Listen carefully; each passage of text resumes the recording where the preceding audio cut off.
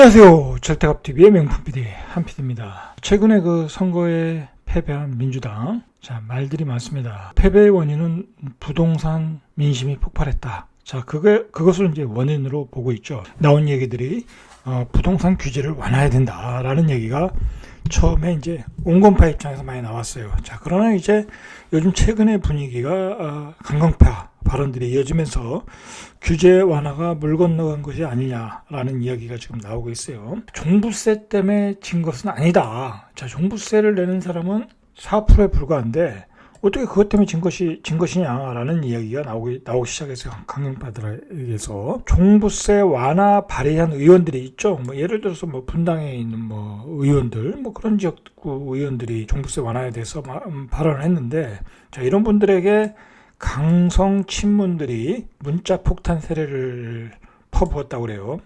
투기꾼의 앞잡이다. 살벌하죠. 자, 이런 문자들이 날라갔다고 그래요. 자, 강경파들 입장에서는 종부세라는 것은 4%에게밖에 혜택이 없다. 왜 부자들의 MB 박근혜 시절에 수혜를 받던 그 사람들, 자, 그 사람들에게 다시 부자세를 물리겠다는데 왜 그것을 다시 철폐를 하느냐, 이렇게 주장을 하고 있어요. 소병훈 의원, 이 양반은 쓸데없는 얘기는 닥쳐라, 자, 이렇게 아주 과격한 표현을 썼죠. 이게 또 말이 되니까 누구에게 하는 소리냐 했더니 나중에는 이제 투기꾼들에게 얘기했다. 쓸데없는 얘기 닥쳐라 이거예요. 무슨 종부세 때문에 선거에 졌느냐, 그게 아니라는 거예요. 투기꾼들이 주장하는 이야기라는 거예요. 강경 기조로 바뀌고 있다. 부동산 규제 완화는 물 건너간 게 아니냐. 자, 그런 분위기였대요. 자, 그리고 이제 그 와중에 김부겸 총리죠. 국무총리가 되신 분이 기존 부동산 원칙은 고수를 해야 된다. 자, 그런 얘기를 하고 나왔어요. 자, 그러니까 제가 예전에 이제 방송에서 몇 차례 얘기했지만 지금의 좌파 정부는 말 그대로 예전에 그 386 운동권 세대예요. 그 운동권 세대의 그 부동산에 대한 어떤 고정관념, 어떤 정치 철학, 정치 색깔이 있어요. 그것은 절대 바뀔 수가 없는 거다. 절대 안 바뀌어요, 이거. 바뀌면은 그 당은 무너지는 거예요. 그 지지층은 무너지는 거고. 만약에 이 정책을 바꾼다고 하면은 이제 이 정책을 가지고 온건파와 강경파가 충돌을 하게 되면 그 당은 쪼개지는 거예요. 쪼개지는 한이 있더라도 절대 바뀌질 않는다. 이제 그렇게 보셔야 돼요. 자, 그래서 예전 뭐 그 정치 평론가들이 뭐 극단적으로 이야기하면 당이 4개, 그러니까 지금의 당이 더불어민주당과 국민의힘, 그다음에 국민의당, 뭐 이렇게 3개로 되어 있지 않습니까? 잘못하면 4개의 당이 될 수 있다라는 얘기가 나오고 있는 거예요. 뭐 4개, 5개, 뭐 그렇게까지 될 수도 있겠죠. 국민의힘도 또 분리될 수도 있고, 더불어민주당도 분리될 수도 있고. 자, 지금의 전국은 그렇게 아주 혼란스러운 거예요, 지금. 정치적 색깔이 뚜렷한 당이 있고, 그리고 지금은 시대가 좀 격변하는 시대 같아요. 국민들이 너무 좌쪽으로 간 것도 좋아하지도 않고, 너무 우쪽으로 가는 것도 좋아하지도 않고, 그렇다고 지금 중도가 자리를 잡을 수 있는 시대도 아니고, 이게 시대가 격변하고 있는 시대다. 그런 것 같아요. 우리 그 경제의 성장. 지금 세계 10대 강국이잖아요. 자, 그런 그 격변의 시기에 어떤 새로운 정치 세력을 원한다고 할까요? 이 시대에 맞는 새로운 어떤 정치의 색깔, 정치의 철학을 가진 그런 정당이 다시 태어나길 원한다고 할까요? 뭐 그런 시대 같아요. 제가 보기에는. 그런 혼란의 와중에서 이렇게 어떤 경론을 벌이고 있는 것 같아요. 뭐 이런 토의 과정은 저는 좋다고 봐요. 이런 토의 과정은, 이런 논쟁의 과정은 좋다고 봐야 되겠죠. 긍정적으로 봐야 되겠죠. 자, 오늘 이야기하고자 하는 얘기는, 자, 이러한 시대에 지금 만들어지고 있는 괴물이 하나 있다라는 거, 괴물이. 자, 그게 뭐냐면 똘똘한 한 채라는 괴물이에요. 똘똘한 한 채라는 괴물. 똘똘한 한 채라는 괴물은 누가 만들었냐? 저는 이 똘똘한 한 채 괴물은 바로 이제 규제가 만들었다고 봐요. 부동산 규제. 부동산 시장을 통제하는 규제. 자, 그게 만들었다. 자, 그런 규제가 뭐가 있냐면 바로 다주택자 중과세에 대한 규제. 여러분 생각해 보십시오. 옛날에는 막 중과세를 하기 전에 그냥 일반 과세로 사서 투자를 하거나 많이 투기하시는 분들이나 저렇게 팔면 돼요. 일반 과세로 세금을 내고 팔아도 수익이 어느 정도 확보가 됐고 자산을 많이 늘릴 수 있는 기회가 많았어요. 자, 그러나 지금은 이제 웬만한 지역들은 투기과열지구, 조정지구가 되니 중과세, 거기다가 요즘은 최근에 뭐 거의 또 중과세에 10%, 20% 가산금리가 징벌적 과세가 포함돼서 팔면은 70%고 이제 분양권도 뭐 1년 안에 팔면 뭐 50%, 60%, 70%예요. 그러니까 분양권 자체가 이제 집으로 포함되고 있고 이제는 분양권 투자도 안 되고 집 투자도 투기과열지구, 조정지구에는 가능하지 않다라는 거예요. 그리고 거기다가 취득세까지 또 8%, 12%를 또 올려놨잖아요. 그러니까 실제적으로 집을 투자해서 수익을 내는 것이 그렇게 쉽지가 않아요. 이제. 그리고 예를 들어서 투기과열지구에서 강남에 있는 주택 12% 취득세를 내면 세금만 1억 5천, 2억이 될 수가 있어요. 그렇잖아요. 10%라고 하면 그러니까 살 수가 없는 거예요. 그 다주택자들은. 자, 그러니까 어떻게 되겠어요? 전부 다 세 채 있던 거 한 채로 줄이고, 다섯 채 있던 거 한 채로 줄이고, 두 채 있던 거 한 채로 줄이고. 그러니까 한 채로 줄이니까 더 좋은 지역으로 가겠죠? 강북에 세 채 가졌던 사람들은 마용성으로 가서 한 채 사고, 마용성에 두 채, 세 채 가지고 있던 사람들은 강남으로 한 채 가고, 강남에 두 채 가지고 있던 사람들은 압구정도 한 채로 가고. 자, 그렇게 된다는 거예요.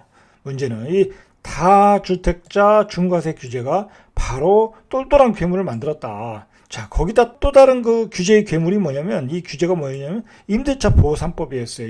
이것이 좋냐, 안 좋냐, 이 법이 문제를 떠나서 부작용이 많다라는 거야. 부작용이 많으면 그 법은 문제가 있는 거예요.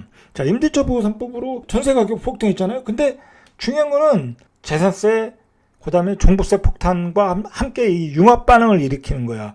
자, 그렇게 하다 보니까 강남의 전세 매물을 마르게 하고 강남의 전세 가격을 급등하게 만드는 거예요. 자, 그러니까 강남에 갭 투자가 가능하겠죠?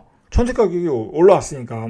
마침 그 똘똘한 한 채를 살려고 하는 수요는 많아지는데 강남의 전세 가격이 올라간다. 자, 그러니까 강남의 똘똘한 한 채로 포트폴리오를 조정하시는 분들이 많다라는 거예요. 많더라.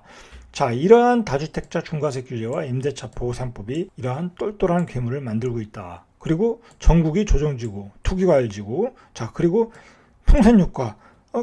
예를 들어 이 지역을 규제를 하니까 다른 지역으로 가고, 그 지역을 또 규제하니까 다른 지역으로 가고, 그 투기자본들이라는 게 한 곳으로 쏠려버리면 그 지역은 급등하게 될 수밖에 없어요. 그렇지 않습니까? 투자를 하든 투기를 하든 분산되어 가지고 가야 되는데, 계속 풍선 효과로 간다고 하면 한 지역을 그냥 메뚜기들이 와가지고 다 먹어치우고 가고, 또 다른 지역 가서 메뚜기들이 가서 다 먹어치우고. 자, 그러한 효과로 계속 폭발하고 있더라, 투기수요가. 자, 그게 결국은 몰린 게 압구정동이 돼버린 거야. 그리고 지금 강남, 송파, 재건축, 목동, 여의도, 그런 재건축에 똘똘한 채로 다시 수요가 몰리면서 서울의 집값이 다시 올라가고 있더라는 거예요. 그래서 가자 서울로 되는 거고, 가자 똘똘한 한 채가 되고, 최근에 가격이 급등을 하고 있더라는 거예요. 급등을 하고 있더라.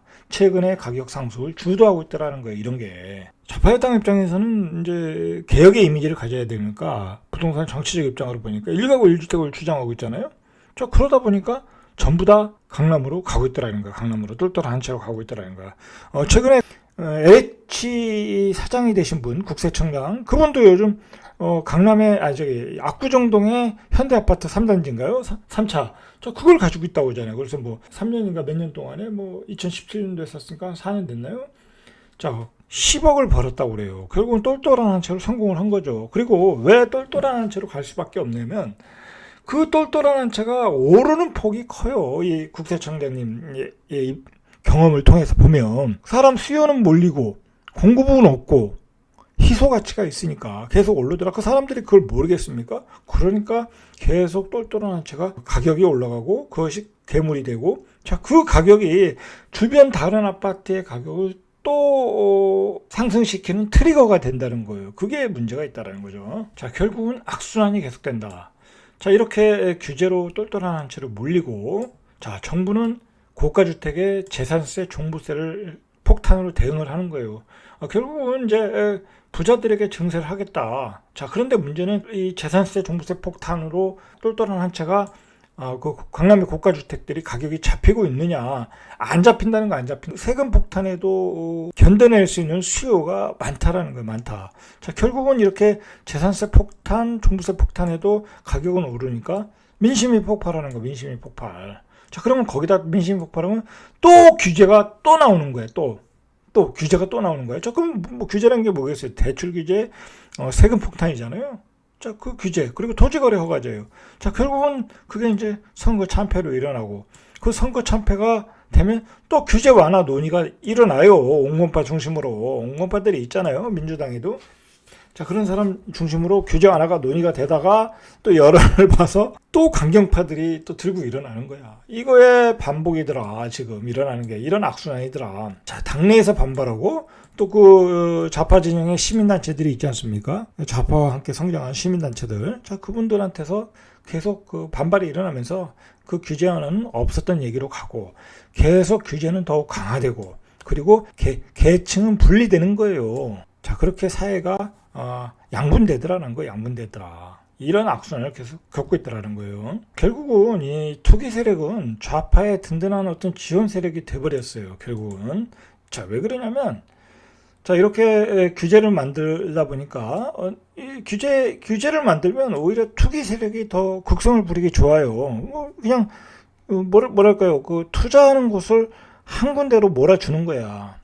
그러니까 쉽게 말해서 뭐 비트코인이 뭐 수십 개, 수백 개가 있는데, 한 뭐 90%는 규제를 해버리고 10개만 투자해라. 그런 꼬라지가 된다는 거야. 결국은, 똘똘한 한 채도 그런 거다. 자, 그래서 가격을 폭등한다, 이거, 가격이. 자, 가격이 폭등하면 이 여론이 어떻게 되겠어요? 정부에게 압박이 오는 거야. 규제를 만들어라. 좌파 정부는. 어시구나 좋다 하고 또 규제를 만드는 거예요. 이 규제를 만드는 거에 대해서 얼마나 원하겠어요. 그 좌파 정부는 부동산은 불로소득이다. 어떤 그 1가구 1주택 원칙을 고수를 한다. 자, 그러다 보니까, 그 기회를 틈타 강한 규제가 들어오고 시장은 통제 경제로 가게 된다는 거예요.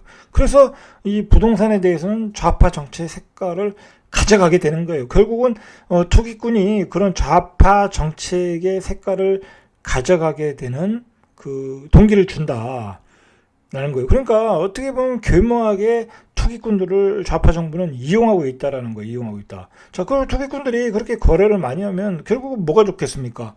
세금이 많이 들어오잖아요. 세금이 많이 들어오잖아요. 근데 너네 거래 많이 하라 이거야. 그리고 많이 벌었어? 세금 내라 이거야. 그러니까 사실은 뭐 투기꾼도 이게 돈 버는 게 아니에요. 그냥 다 벌어서 정부에다 갖다 주고 있는 거야. 다 벌어서. 자, 문제는 뭐냐면 이런 규제가 만들고 뭐 강남이 80억이다. 뭐 그다음에 벼락거지다. 그다음에 뭐 부동산 우울감이다. 이런 얘기가 나온다는 것은 이제 우리 사회는 두 개의 계급으로 분류가 되고 있다라는 거야. 이제 젊은이 벌써 세대도 차이가 나잖아요. 2030 세대가 지금 서울의 집값을 따라잡을 수 있겠냐? 월급으로 못 따라잡아요, 이거. 정말 큰일이에요. 큰일. 내가 봐도 큰일이야. 자, 일단 세대도 불만이 있고 그 세대가 불만이 그 선거에서 그대로 나타나잖아요. 자, 그리고 이제 강북과 강남 차이도 이제 점점 격차가 또 벌어지고 그다음에 강북도 수도권과 도심과도 또 벌어지고 또 지방과 서울과의 가격도 격차가 벌어지고 이제 지방에 있는 사람은 서울을 진입할 수가 없어요. 서울 집값을 따라잡을 수가 없는 거예요. 그리고 요번에 그 더불어민주당이 집권하는 동안에 서울과 지방의 집값은 더욱 벌어졌어요. 뭐 모든 부동산 정책이 모든 개발 정책이 서울의 수도권에 집중했잖아요. 뭐 GTX라든지 지하철이라든지 그 GTX 지하철이라는 게 사실 누구 돈으로 만드는 거냐, 누구 돈으로. 그거 다 국민의 세금이 지원되는 거잖아요. 민간 자본이 들어오더라도 다 국가의 재정이 들어가야 되는 거예요. 자, 그런데 그곳에 다 집중이 되고 그곳의 개발 이익은 서울 수도권이 다 가져가니까 지방은 어떻게 되겠어요? 안 그래도 소멸되고 있는데 더 소멸되고 있는 거야. 그 젊은이들은 다 서울로 올라가고 신도시를 거기다 다 만들어 놨는데 다 올라가고 지방은 소멸하고 있다. 죽어가고 있다. 자, 이게 심각한 거예요. 이 부동산을 정치를 보고 통제하고 규제를 때려버리니까 이러한 현상이 일어나고 있다. 이런 현상. 지금 지방 국토 균형 발전은 깨지고 있고 서울과 그리고 세대도 뭐랄까요? 그 분리가 되고 있고 세대도 이 2030 세대와 그리고 기득권 세대와 어떤 그 강한 벽이 세워지는 것 같고 자, 그리고 서울 내부에서도 어떤 계층 간의 무주택자와 주택자, 자, 계급이 분리되고 있다라는 거예요. 근데 중요한 거는, 좌파 정부는 오히려 이런 것을 더 즐기는 것 같아요. 자, 이런 것을 더 양분화시켜서 더욱 자기들의 지지층을 확보하려고 한다. 이게 문제라는 거예요. 이게 문제라는. 자, 지지층이 구별되고 기존의 그 불만을 가진 사람들은 당연히 좌파 정부를 더 지원을 하고 더 그 지지층이 단단해지는 거예요. 자, 지금 우리 사회가 안고 있는 그 문제는 그런 문제라는 거, 그런 문제. 그렇다고 이 지금의 보수들은 또 역사의 바른 방향이냐? 또 그렇게 보면 또 그것도 아니야. 내가 보기에. 그것도 아니야, 지금 문제는. 보수들은 지금 예전의 프레임을 또 그대로 가지고 있어요. 예전의 프레임을 그대로 가지고 있다 보니까 지금의 국민의 정서를 따라가지 못해. 그래서 예를 들어서 뭐 요즘 사면 얘기가 나오면 요즘도 뭐 들어가자마자 왜 서울시장과 부산시장이 대통령을 만났는데 그 사람들은 그 서울과 부산에 대한 그 행정을 맡긴 거지 가서 정치를 하고 한 게 아니잖아요. 근데 어떻게 대통령을 만나자마자 사면 얘기를 꺼내냐고. 그 사면에 대한 것은 아직도 정서상으로 국민이 받아들이기는 어려운 정서가 있어요. 가자마자 또 사면 얘기를 꺼내고. 그러니까 이 보수도 이제 프레임을 바꾸지 않으면 이 바뀌는 이 변화하는 그 우리 국민 수준에 맞출 수가 없어요. 제가 보기에. 지금은 그런 국민 수준은 높아져 있는데 정치인들이 못 따라오는 그러한 상황이 아닌가. 역사의 단계가 아닌가. 저는 뭐 개인적으로 그렇게 생각해요. 개인적으로. 똘똘한 한체가 되니까 계속 우리가 상승 초기에 봤던 우리 서울 수도권이 뜰 때 가장 먼저 뜨는 지역이 또 이게 강남 재건축 아닙니까? 또 원점으로 돌아왔다라는 거예요. 원점으로. 얼마 전에 토지거래 허가구역으로 묶겠다고 그랬죠. 압구정동, 목동, 여의도. 재건축 기대감에 가격이 급등하고 있으니까 신고가를 치고 있고, 여의도 시범 아파트도 118제곱미터가 지난 3일에 24억 원에 매매됐다고 그래요. 2월 달에 22억 원이니까 2억 원이 올랐다라는 거예요. 최근에. 자, 이렇게 가격들이 급등을 하고 있다. 자, 요즘 이제 최근에 말이 되는 게 이 압구정동 80평이 80억을 찍었다라는 거죠. 자, 이게 사실 이 얘기를 들었을 때 뭐 이제 강남은 평당 1억이라는 게 또 이제 고정관념이 돼버렸으니까 뭐 별로 이상한 것도 아니더라 이거죠. 자, 그런데 이게 사실은 심각한 거예요. 심각한 거예요. 이제 강남의 고가주택은 일반인들이 도저히 들어갈 수 없는 영역이 돼버렸어요. 뭐 돈이 몇십억 되는 것도 문제지만 이 80억이면 뭐 아마 1년에 재산세, 뭐 보유세, 종부세 뭐 이거 한 수천만 원 내야 될 거요. 저 그거 어떻게 살겠어요? 이제 강남은 이제 돈 있는 사람만 살게끔 이제 이 뭐랄까요? 이 좌파 정부가 들어오면서 어떤 커다란 그 벽이 계층의 사다리가 다 제거가 된 것 같아요. 저희 청담동 더 펜트하우스 뭐 이런 집은 뭐 최고 비싼 집이니까 뭐 굳이 뭐 얘기할 필요는 없는데 115억 원에 거래됐다고. 이제 집 하나가 80억, 115억 원에 거래되는 이제 그러한 뭐 성숙한 사회라고 할까요? 이제 미국에서 보는 듯한, 미국에서는 막 몇백억 그런 집들이 이제 있잖아요. 뭐 그런 거 사실 기사를 볼 때 잘 와닿지 않았는데 이제 이런 기사들을 보니까 이제 와닿는 거예요. 우리도 어떤 그 사회가 양극화되는 것은 어쩔 수가 없는 것 같아요. 이런 고가주택은 희소 가치가 있으니까 이제 진짜 돈 많은 사람들이 그 집을 차지하는 거예요. 이제 그런 시대가 되고 있는 거다 되면서 시세가 또 그렇게 형성되는 것 같아요. 지금 이 아파트는 115억 원인데 지난해 10월에 95억 원이라고 그래요. 그러면 20억 원이 올랐네요. 자, 그러니까 이렇게 똘똘한 한 채로 가고 있는 거예요. 실수요도 가지만 가수요, 투기 수요도 간다. 한 번 오르면 이렇게 억대, 10억대 이렇게 올라가 버리니까. 자, 이 똘똘한 한 채가 문제가 되는 것은 뭐냐면 이 도미노 현상을 일으키는 거예요. 자, 보시면 예를 들어서 초고가 아파트 뭐 평당 1억이다 라고 하면 강남의 아파트가 평당 1억이라면 강남의 아파트가 다 평당 1억은 아니니까, 자, 그러면 어떤 재건축의 아파트를 재자극을 하겠죠. 뭐 재건축이라는 건 다시 신축이 될 아파트이다 보니까 신축이 되면 우리 아파트도 1억 되는 거 아니야 하면서 뭐 한 7, 8천, 9천 이렇게 올라가는 거예요. 강남의 고가 아파트가 가격이 올라가면 이걸 판 사람들이 예를 들어서 마용성 지역으로 또 가는 경우도 있어요. 신축으로. 재건축을 이제 뭐랄까 낡았으니까 신축으로 이사가서 마용성으로 간다. 그럼 마용성이 또 올라가는 거야. 자, 그러면 마용성이 올라가면 그 마형성은 그 서울의 다른 아파트, 강북에 있는 아파트 또는 강북의 재개발 아파트를 재건축, 자 재개발 빌라들 가격을 또 자극하고 재건축의 아파트를 자극을 하는 거예요. 그러면 서울 아파트는 다 올라가는 거예요. 그러면 그 서울 아파트가 올라가면 또 수도권의 아파트를 또 올라가는 거예요. 요즘 일어나는 현상이 이런 현상. 규제 지역으로 전국을 다 규제해 버리니까, 자 그러면 서울의 아파트가 또 올라가면 지방의 또 광역시 아파트가 올라가는 거고, 광역시 아파트는 또 그 대장 아파트가 올라가고 그 밑에 있는 아파트가 올라가고 또 이렇게 줄줄이 도미노로 올라가는 거예요. 그러니까 전국의 아파트가 다 올라가더라. 그 올라가는 원인을 정부는 투기 세력이라고 보고, 전문가들은 뭐 투기 세력도 일조했지만 정부의 규제도 문제가 있다라고 얘기를 하고, 정부는 이렇게 가격이 폭등하니까 똘똘한 한 채로 일어난 도미노 현상에 대해서 결국은 규제와 세금 폭탄을 때려가서 자본의 이득을 취하고 증세를 하게 되고, 자 결국은 그 증세는 임차인과 서민들에게 전가하는 마지막으로 그런 결과를 갖고 민심은 폭발하고 선거는 패배하게 되는 그러한 그 결론을 내리고 있다라는 거예요 지금. 자, 이러한 현상을 좀 알아야 될 것 같아요, 정부는. 그러나 이러한 어떤 그 도미노 현상을 정부가 알아도, 지금의 여당, 좌파 여당이 알아도 절대로 바뀌지 않는다. 그거 바뀌지 않아요, 절대로. 그 사람들의 운명, 부동산을 바라보는 시각, 그리고 그 정치적 색깔에 가지고 있는 그 운명이 어쩔 수 없는 거예요, 그거는. 어쩔 수 없는 거다.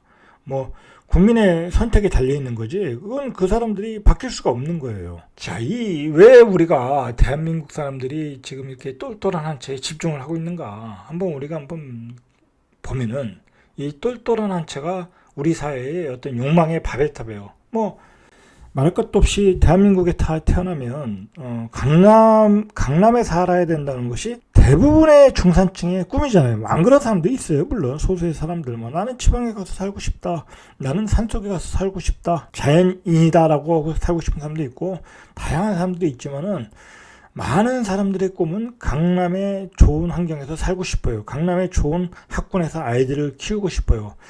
자, 그러한 욕망을 내재하고 있는데 모든 규제가 걸로 또 유도하고요, 자극하고 밀어내고 있다라는 거예요.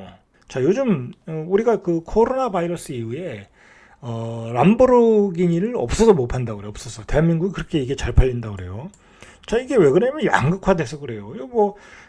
저금리에 의해서 부동산으로 돈 버는 사람도 많고, 코인으로 벼락부자가 된 친구들도 많고, 그 다음에 주식이 또 급등했잖아요. 주식으로 돈 버는 사람도 많고. 자, 그러나 코로나 바이러스로 또 완전히 자영업자에서 영세민으로 몰락하신 분들도 많고, 자, 이렇게 사회가 양극화되고 있다라는 거예요.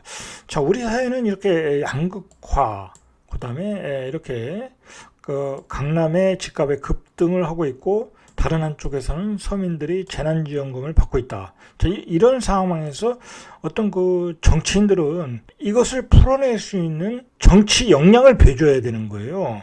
그렇지 않습니까? 사회가 이렇게 양분화되어 있고, 어떤 한 분야에서 집값은 급등하고 한 분야에서는 생계의 위협을 받고 있다. 자, 그러면 그것을 풀어가는 게 정치인들이에요, 정치인들. 그러면 그 시대에 맞는 정치인들의 어떤 그 해결책이 나와야 되는 거야.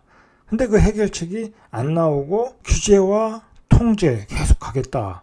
그리고 사회를 분리해서 보겠다. 강남에 살 사람은 살아라. 고가주택에 세금 많이 내고 살아라. 그 세금을 받아가지고 서민들에게 풀어주겠다. 뭐 이론상은 그게 맞지만은 뭔가 부작용이 좀 많은 것 같다. 왜냐하면 우리 사회가 이렇게 흘러가는 경제 흐름이라는 게 있잖아요. 아까 바로 직전에 봤듯이 계속 집값이 도미노 현상을 보여주고 있잖아요. 그러면 그 사람들 투기 세력을 막아서 그걸 막겠다라는 게 지금의 정부의 입장인데, 지금까지 막았냐 이거야. 못 막았다 이거야. 자, 그런데 한 가지 재밌는 것은 저는 그래요. 예를 들어서 다주택자들 수십 채 그렇게 갭투기 하는 양반들이 있잖아요, 친구들이. 자, 그거 정부가 이제 막겠다고 하는데 못 막았잖아요. 근데 사실 전 이제 번뜩 무슨 생각이 들었냐면, 얼마 전에 이런 생각도 들었어요. 그럼 막으려고 하면 막을 수 있어요. 법을 만들면 되는 거예요. 예를 들어서 3채 이상을 양도를 한다. 추가로 중과세를 더 부과하면 되는 거예요. 네 채? 더 부과해요. 한 채 할 때마다 3%, 5%씩 양도세를 더 중과하면 그거 어떻게 다주택 거래가 되겠어요? 안 돼요. 그러니까 정부가 주장하는 게 핀셋 규제잖아요. 핀셋 규제를 허라 이거야. 헐라면 마음만 먹으면 할 수 있다라는 거야. 투기 세력도 제가 지금 다시 한번 얘기하지만 그 수십 채씩 거래하는 법인들, 그다음에 뭐 수십 채씩 그 투기하는 그 투기 세력들 그 개수대로 그냥 계속 양도세를 중과하라는 거야. 그리고 취득세로 마음대로 중과하라는 거야. 근데 요즘은 또 취득세빨도 다 죽었어요. 왜냐면 취득세를 양도세에서 그 세금 처리해 주니까 그것도 별 의미가 없어요. 그러니까 차라리 양도세를 중과를 해라. 마음만 먹으면 할 수 있다라는 거야. 자, 그런데 왜 못하냐 정부가. 그렇게 되면 투기꾼이 다 사라지잖아요. 누가 투기하겠어요? 내가 집을 하나씩 두 개씩 더 거래할 때마다 팔 때마다 양도세 중과세를 5%씩 더 맞으면 수익이 하나도 없는데 투기 안 해요. 절대 투기 안 한다. 자, 그렇게 되면 어떻게 했어요? 건설시장 죽죠? 지방에 세금 안 들어오죠? 취득세 안 들어오죠? 세금이 급감하잖아요. 그러니까 못하는 거예요. 그러니까 마음만 먹으면 투기 세력을 다 죽일 수 있다. 그런데 안 한다. 자, 그래서 저는 좌파 정부의 든든한 지원 세력은 바로 투기 세력이라고 그러는 거예요. 그 사람들이 투기를 해서 세금을 벌어주고 그 다음에 지금 좌파 정부에 맞는 규제의 색깔을 다 입히고 있게끔 만들어주는 트리거 역할을 하니까. 자, 어쨌든 이 똘똘한 한 채가 얼마나 많은 그 문제가 됐냐. 그리고 똘똘한 한 채의 어떤 정치공학을 보면 결국은 정부가 이게 강남의 집값을 지금의 좌파 정부에서는 강남의 집값이 계속 올라가고 있잖아요. 재건축을 못하게 하니까 규제를 계속 가하니까 집값이 안정될 때까지는 재건축을 하지 말아라는 얘기잖아요. 자, 근데 거기에 공급이 자꾸 돼야 집값이 안정되는 건데 어쨌든 공급을 못하게 하니까 집값이 계속 올라니까 자꾸 이제 고가 주택은 올라가고 주택의 서민 주택과는 양극화가 일어나게 되는 거예요. 자, 그러니까 결국은 사회에 두 계급이 생기는 거예요. 고가 주택 사는 사람과 서민 주택 사는 사람. 자, 이렇게 분리가 된다면 결국은 그 정치적인 그 지지층도 분리가 되는 거예요. 뭐 그러면 고가 주택이 너무 많이 올라가면 그걸 바라보는 서민들은 어떻게 되겠어요? 그 고가 주택에 대해서 원망을 하게 되겠죠. 내가 쳐다보지 못할 가격이 돼 버리니까 불만을 갖게 되는 거예요. 그 고가 주택에 대해서는. 그러면 사회가 양분이 된다. 라는 얘기예요. 규제 플러스 통제. 자, 이게 지속되면 어떻게 될까요? 앞으로 이 계속 규제와 통제가 지속되면은 똘똘한 한 채는 더욱 가속될 수밖에 없어요. 더욱 몰릴 수밖에 없어요. 지금 상황으로 가면 계속 몰릴 수밖에 없다. 그러면 이제 사회는 더 양분되는 거야. 주택은 초양극화가 되고 사회도 양극화가 되는 거예요. 우리 경제도 그렇게 바뀌고 있어요, 지금. 제조업은 조금 사양길로 가고, 뭐랄까요, 그 IT 산업, 뭐 게임 산업, 뭐 언택트 산업은 막 월급 올려주기 바쁘잖아요, 요즘은. 사람도 부족하고. 자, 그렇게 양극화되고 있다라는 거예요. 양극화. 산업도 양극화되고 있다, 지금. 그런 데서 주택도 양극화되고 있다. 자, 그것을 가속화시키고 있는 게 똘똘한 한 채다. 사실 이거 심각한 문제. 자, 이런 양극화가 계속되면 이 강남 고급 주택은 더 고공행진을 벌일 수밖에 없어요.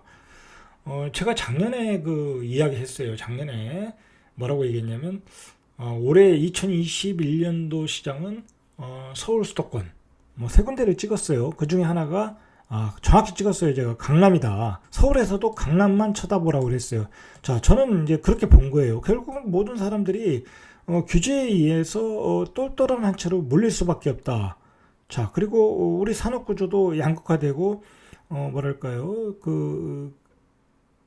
월급의 격차도 커지고 있다. 대기업과 중소기업. 자, 결국은 돈 있는 사람은 강남으로 다 몰려갈 수밖에 없다. 자, 그리고 우리가 지금 GDP가 세계 10위 안에 드는 나라잖아요. 그리고 지금 우리나라는 굉장히 잘 사는 거예요. 대한민국 역사 5,000년 역사에서 가장 잘 사는 어떤 피크치예요. 뭐 앞으로 더 잘 나갈 수 있고 우리는 세계 강국 5위 안으로도 들어갈 수 있어요, 분명히. 정치인들이 어떻게 그것을 서포트 하느냐에 따라. 자, 그런 상황에서 강남의 집값은 올라갈 수밖에 없었어요. 작년에 제가 볼 때. 그래서 제가 작년에 세 군데를 찍었잖아요. 경기도 수도권, 그 다음에 강남, 그리고 뭐 세종, 뭐 이 정도는 올해 집값이 분명히 올라갈 가능성이 높다라고 얘기를 했어요. 근데 그 중에 가장 역시 두각을 보여주는 것은 강남이었어요. 자, 바로 이러한 그 정부의 규제와 통제, 그리고 정부의 정책이 이렇게 밀어 올릴 수밖에 없었다. 그게 문제가 될 수밖에 없었다라는 거예요. 정부 입장에서는 고가주택에 종부세 폭탄을 때리면 죽을 줄 알았는데 안 죽더라 이거야. 임대차 보호 3법으로 투기 세력, 갭 투자 세력들이 강남에 더 진입을 했다라는 거예요. 자, 그런데다가 문재인 대통령은 오세훈 시장의 재건축 완화를 사실상 거부했다고 그래요. 기자들 얘기로는. 표현이 그렇다는 거예요. 사실상 거부를 했다. 그러니까 이 정부 내에서는 어떤 그 강남의 재건축 완화는 어렵다. 강남의 똘똘한 한 채 현상은 더욱 두드러질 것이 뚜렷하다라는 거예요. 뚜렷하다. 자, 이게 문제인 것 같아요. 자, 그러니까 오세훈 시장이 토지 거래 허가 지역으로 규정을 했잖아요. 자, 이제 일단 다 막아버리는 거죠. 이제 실거주를 해야 되니까. 자, 그런 상황이라는 거예요. 자, 그런데 제가 계속 얘기하지만 이 지금 시장에 대한 규제를 풀고 통제를 풀어야지 이 꼬인 실타래를 풀 수가 있어요. 강남의 아파트들을 세금을 막 때리니까 결국은 그 시장에 나올 물량들이 다 증여로 갔잖아요. 증여가 계속 그 새로운 그 연도가 바뀌어서 증여세, 재산세, 보유세를 때릴 그 6월달 정도 되면 계속 증여가 증가를 하고 있는 거야. 그 증여 물량이 바로 시장에서 유통이 될 물량인데 그게 유통이 안 되고 증여로 가버리니까 강남의 집값은 계속 급등하는 현상을 보여주고 있다. 자, 이게 문제라는 거야, 이게. 자, 이러한 문제점을 해결하기 위해서는 시장 경제로 가야 된다. 규제를 풀어주고. 자, 그런 점들을 정치인들이 좀 알았으면 좋겠어요. 자, 만약에 계속 고집을 하고 지금 시장대로 간다고 하면 부작용은 더 커질 수밖에 없다. 라고 저는 생각을 합니다. 자, 이상 절대값TV의 명품 PD 한 PD였습니다.